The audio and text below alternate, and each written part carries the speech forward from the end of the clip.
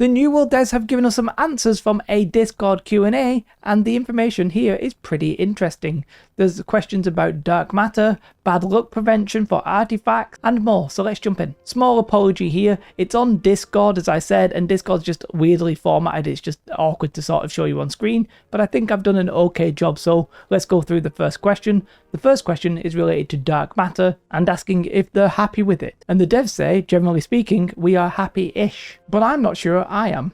But let's look at the answer. They talk about how they've had a couple of meetings and they're basically breaking it down by activity type and the player activity type. So basically casual PvP modes like Outpost Rush have room for more dark matter. It's a very small amount. I think for like a win, it might be like 16, and for a loss, it might be 8. That just feels bad. Overall, I'll say that PvP rewards just feel bad. The PvP track doesn't really give you that many good items. A lot of them are like purple or low gear score or something like that. Like 675 item with 3 perks. Yes, you should use it because it's probably better than the 700 gear score item with bad perks, but it'd be nice if we actually just got the gear score 700. I mean, why not? But the hardcore players who are running the Sandworm and our PvP track 200, they're getting a lot of dark matter and spending it. Sort of puts the hardcore players a little bit ahead, but let's not worry about that. Now, the problem with this is the Sandworm, it's just hard to do. Not because it's actually difficult content, I haven't run it in this season, I haven't even tried it. It's just hard to find a group. I sort of wish they would change the light mechanic and just let pickup groups actually have a bash. But there is a lot of dark matter behind the Sandworm. I can't remember the numbers, I think it might be like 320 and then it's something like 80 per day. Yeah, you can actually get quite a bit if you want to do it. And then for the PvP reward track, anybody who's like PvP reward track 200 is either a very hardcore PvPer or somebody who abused it when it was green cleave, you remember those days. They are very, very hardcore as well. So, I mean, I guess it makes sense that they would get more, but your hardcore players are going to be playing the game more anyway. I'm not sure they then need even more, if that makes sense. Anyway, they say we'll have some more balance changes coming in Season 4, and they're going to work towards making sure casual players have enough to upgrade their items at a consistent enough cadence. Alright, that's probably all it really needs. Now the next question is really probably the big one in my opinion. It's about bad luck prevention. I won't read the whole question, but it's just somebody who's gone from level 12 to level 50 on the PvP reward track and haven't got Serenity, but you know, Serenity is actually good for them and they don't really want to do PvP. And the answer is, yeah, this can be a frustration. They themselves haven't got Serenity even though they want it. Some of them did the 35 mutations and never got Blood Drinker, for example. That's one of the things that like really sort of bugs me, is that you could do everything in your power and just not get it, and you have to wait 4 weeks. That is just like a bad feeling. One solution would be to like make the amount of dungeons unlimited, but if they don't want to do that, then I think bad luck there would make a lot of sense. Bad luck for the Scorpion Sting would make a lot of sense, because like once every 90 minutes is crazy. Yeah, that's pain. That is pain for those people. If you got all of them and you don't feel the pain, you're like, ha ha ha. But if you are feeling the pain, it's not going to be a good feeling. But they say we're tackling this on a couple of different fronts. First, for artifacts that drop from creature drops, we're going to be implementing some changes in Season 4 that adds a degree of bad luck prevention. More on that in Season 4. Now, when they say some degree of that, I sort of feel like it might just be an increase in percentage. My worry here is that it does say creature drops, so obviously that is not applying to the reward track. Not sure it's going to apply from the dungeons and mutations, not really sure about that yet, obviously. The PvP track they address in a minute. But I suspect it's the open world ones, you know, like Odo, Finisher, all those ones. But that's good news. I think that's just good news. Let's see how they implement it. I wouldn't mind if it's just an increase in percentage. I think it should also work like an increase in percentage, and then if you do, I don't know, maybe like 100 of it, you just get it. You should just get it at some point. These artifacts are too sought after to not have bad luck prevention, I think. If it was cosmetics, I'd be completely less bothered. We should have some cosmetics grinds, by the way. I would like them to actually implement that. And then second, for the PvP reward track, there are some changes to the frequency at certain reward track pipes that we'll talk about more in depth later. But this is on our radar and we want to make it a better experience. So I don't know if they're actually adding bad luck prevention necessarily. I think on the PvP reward track, they're just going to make it pump out probably maybe like a guaranteed, so eventually you'll get all of them. There's a wider issue here that they don't really talk about, and I don't want to derail this video, is how much should PvEers have to do PvP and vice versa. In the past, the PvPers have typically had to do more PvE, but now the PvEers are feeling the pain because you've got to do PvP to get the items on the reward track. My feeling is that I think for most of the game, and I'm just going to make a wild percentage, maybe like 95% of the game, you should be able to just do the content that you want to do. And the artifacts don't really allow you to do that. You sort of feel forced to get them. So don't know if they'll ever address that. I sort of wish they would, but as a PvXer, I'm not really affected by that, but I know I get a lot in my Twitch chat of people complaining about that, and I do feel that pain as well. But bad luck prevention is just something that should have been in from Season 3, but at least it's coming in Season 4. We'll do 2 quick questions next. The first one is asking, are they going to do anything for the PvE trials? You know, the 5-man, like, 1-boss trials? Basically saying there's not much point to do them. And they say no plans right now, but it's something they'll consider. And then the next question is there going to be a way to know which items are upgradable? Basically, it's a bug that not all named items are upgradable. They do say that some PvP items are, like, maybe that isn't true, but effectively, that's a bug. Report it. Hopefully they'll get that fixed in Season 4, I think. The next question is basically a 2-for-1 in itself. It asks about, are we ever going to get global storage? And is there any chance that soul trials will be repeatable? They have no plans to add global storage. They've spoken about how they might like let you do a label. What I would really like is like when you're at your storage and you do a search in your storage, I would like some indication to see if anything matches that search at any of the outposts that you have. That would be very helpful in finding something. I can understand why they're not going to combine it because I'm presuming that there's some sort of technical limitation there, but at least let me have that quality of life feature. That'd be really nice. As for soul trials, they like this idea. They like it, but it's not something they've got like on the immediate plans. Or if they are, there's nothing that they can show at the moment. To be fair, I could be misinterpreting that. Maybe they are going to do it, but they just can't talk about it.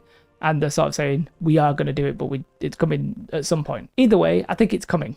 It's just a case of when, not if, I think, at this point, and that would be nice. There's some really cool fights there. I like the idea of soul trials. I don't necessarily want to turn them into a lot of dailies that you feel like you have to complete, but I like the idea of repeatable soul trials, just simply because Amazon can control the difficulty of that fight, and then they can reward appropriately. I like that idea, so do Amazon, I think. Next question is, are you going to add more furniture? The answer is, we added some in Rise of the Angry Earth, and we probably will add more. The problem with furnishing is that it was absolutely neglected in the expansion. No new chests, no new trophies, no new anything apart from housing decorations. One of the most neglected professions out there. I don't know if at some point they'll eventually just plan a wholesale change and that's why they're not doing anything with it, but it was very sad. That and fishing was also quite sad, I think. I feel like there's another profession that was quite bad, but I can't remember it, so can't be that bad, I guess. The next question is asking about the rewards from Outpost Rush, specifically the XP gains and the gold earned. It's quite expensive if you're going to use like honing stones and that kind of stuff.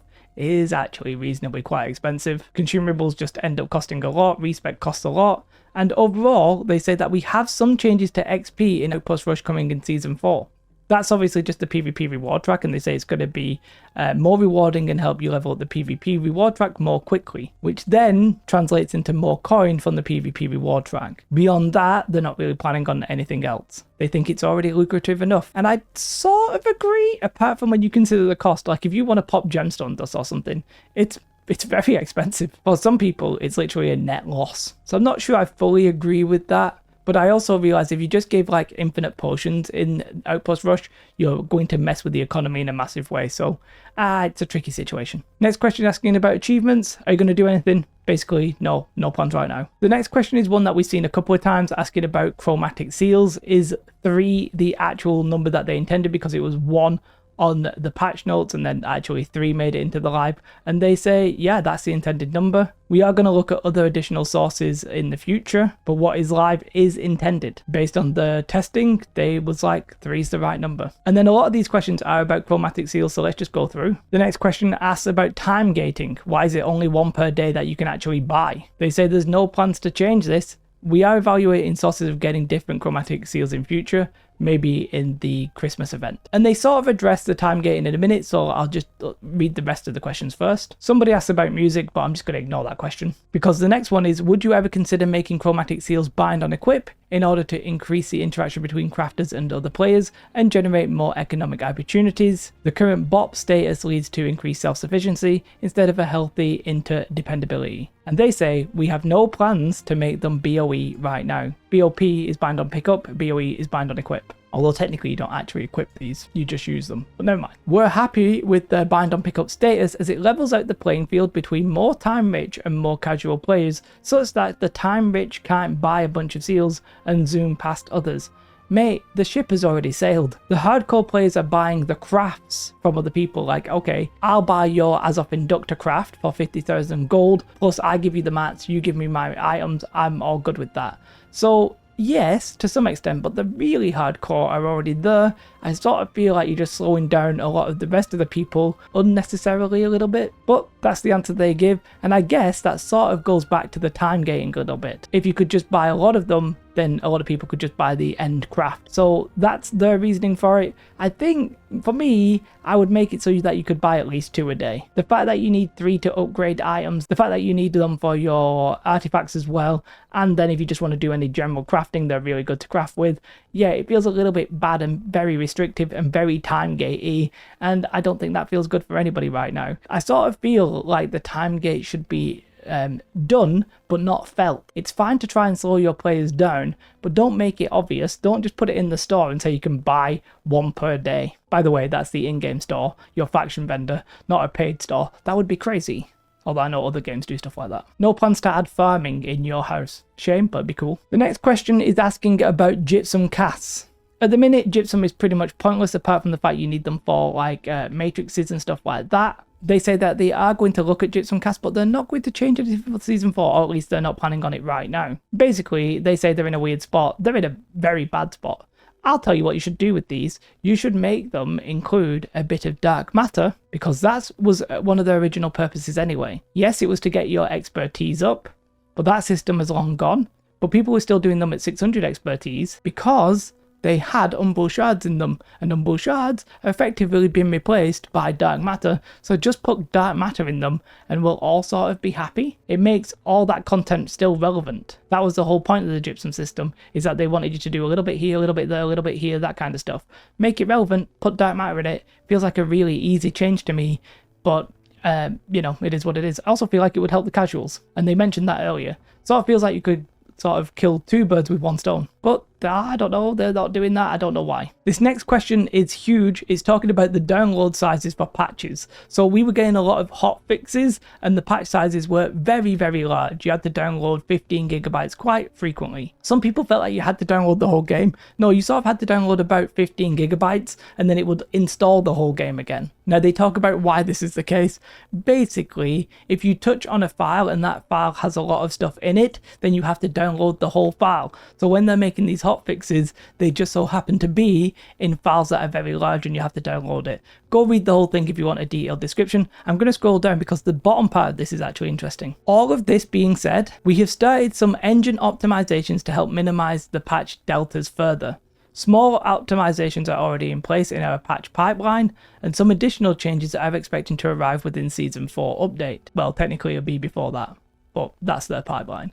Now, those optimizations, I'm still convinced, now that we've seen the controller, I think controller support is coming at the end of, well, in Season 4, and I would not be surprised if all of this optimization talk is for something console related next year. Next question is about custom wars. Any plans for it? Now, they say the current focus right now is to basically make all of the modes cross-realm. Interesting that they say all of our existing modes. How they might get cross-server wars will be very interesting.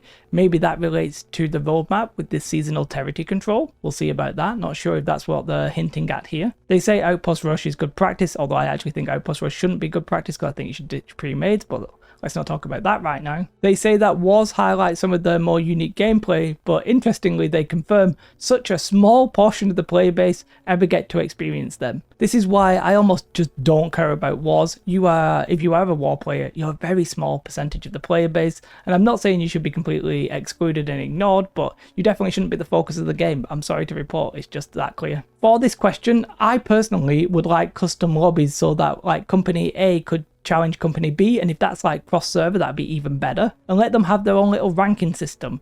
Ditch the Ter Control system and let them do like competitive PvP like that. I think that would actually be pretty great. What I don't think will be very good is if they just made a queuable war. I think that would be just chaotic. I think it'd be like Outpost Rush, but worse. So fair enough. Next question is basically about Shing Heals. Why is there so much self-heal all of a sudden? It feels so unfun to play against. Basically, if you don't know, Shing Heals is getting nerfed. I mentioned it in another video. What's happening is that it's bugged right now. It's giving like double the amount of heals than it should, and there's quite a lot of other things that are going to get changed. I think like Tumbler Boots are going to have like a cooldown. Shing Heals is getting nerfed, and it's getting nerfed on Tuesday and Wednesday. And that they say that, I think they mentioned that bug. They also say we'll have further healing updates coming with Season 4 that will make Ankh and Lifestaff abilities no longer increase lifesteal. Personally, I think Shing Heals conceptually is okay. If you can dodge attacks, then you can be rewarded for it. Like, I think that sort of makes a bit more sense.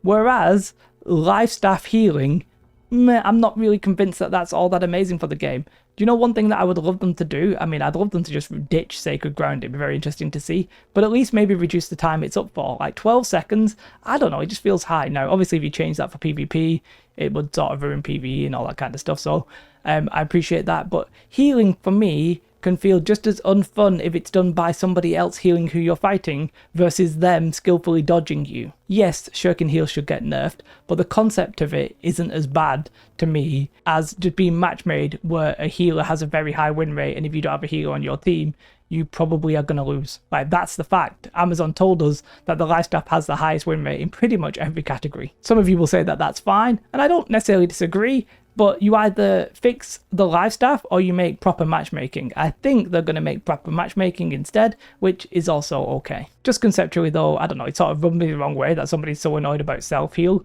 as opposed to external heals, when there's no matchmaking at least. It is what it is. The next one is interesting. Are there any plans to limit the amount of territories a single company can own? Basically, the PvP race wars now have made it that it's actually a bit easier to control multiple territories because you don't have to fight at the same time. You can't force a company to all fight at the same time. It's sort of dependent on those races. As of right now, they have no plans to hard limit it. Why they don't just make it 2, I don't know. Just make it 2. It's simple. Like, I feel like that would be such an easy solution. Just make it 2 and move on from there. However, they say that we are interested in trying a few more things along the lines of making it more difficult to own multiple territories for long periods of times. I am wondering if that is the seasonal territory control system again. Again, we don't really know what that is. I don't think it's worth just resetting the territory and letting people fight over it again. You're going to end up with the same situation where the best PvPers just get the best towns anyway. That's always going to happen. That's not really the problem. The problem is the towns on the outskirts should be more casual friendly, and they end up not really being that because of war alts and all that kind of jazz. Now, the next one is a biggie. Basically, are you going to do anything about the performances in those PvP races? They say it's not going to be instant. I think that was part of the question, but they are going to be changing the schedule slightly in a couple of weeks. Now, I don't know when that is. Presumably not this patch, maybe another patch before the Season 4 and this Tuesday patch, but I'm not 100% sure when that will be. Basically, what they're going to do is they're going to have 4 territories per day, and 2 of them are going to fire at once. So there's only going to be like 2 windows of this happening, but there'll be 2 at each time, and that will spread the players out. That's very good, very simple.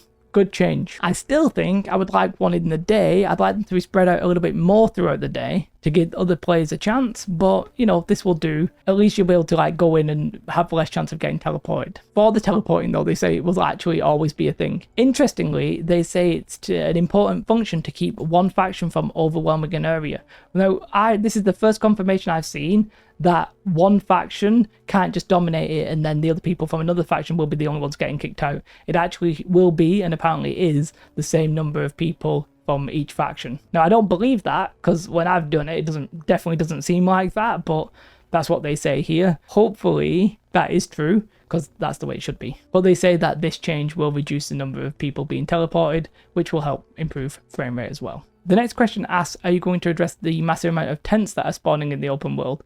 Then they sort of answer this a little bit weirdly. I think they're saying like the number of tents, but they basically talk about it with the respawn time, which maybe that's what the question asked. I don't know. Maybe I'm just misunderstanding it, but basically they are considering some changes to the PvP respawn rules. However, obviously it will need to be consistent with all open world PvP. So I don't know what they're planning, what they're thinking here, but it sounds like some changes are coming. The next question is about the horse races, or the mounted races, I should really say. Is there going to be any way of redoing them? And what's funny about that question, in the dev video, in the Forged in Eternum, they were sort of talking as if you could repeat them, and then in actual fact, you couldn't do it. Basically, they say, we definitely have some ideas on what to do to add more content, nothing concrete to share. It would be like fantastic if you could redo them and actually have it on the leaderboard. That's the kind of thing I would love to see on the leaderboard. Something that's not super like intensive competitive, but it would actually be competitive and people be like trying to master the quickest routes and stuff like that. I think that would be really fascinating. It would be really interesting side content. You could maybe even reset it every day so that, you know, there's daily rewards and it's not just somebody gets the fastest and it just stays there forever. Well, there's some interesting stuff that they could do there that would be super fun. I'm not sure I'm a huge fan of 20-minute races though. Like, I'm not sure I would ever really want to do those for fun.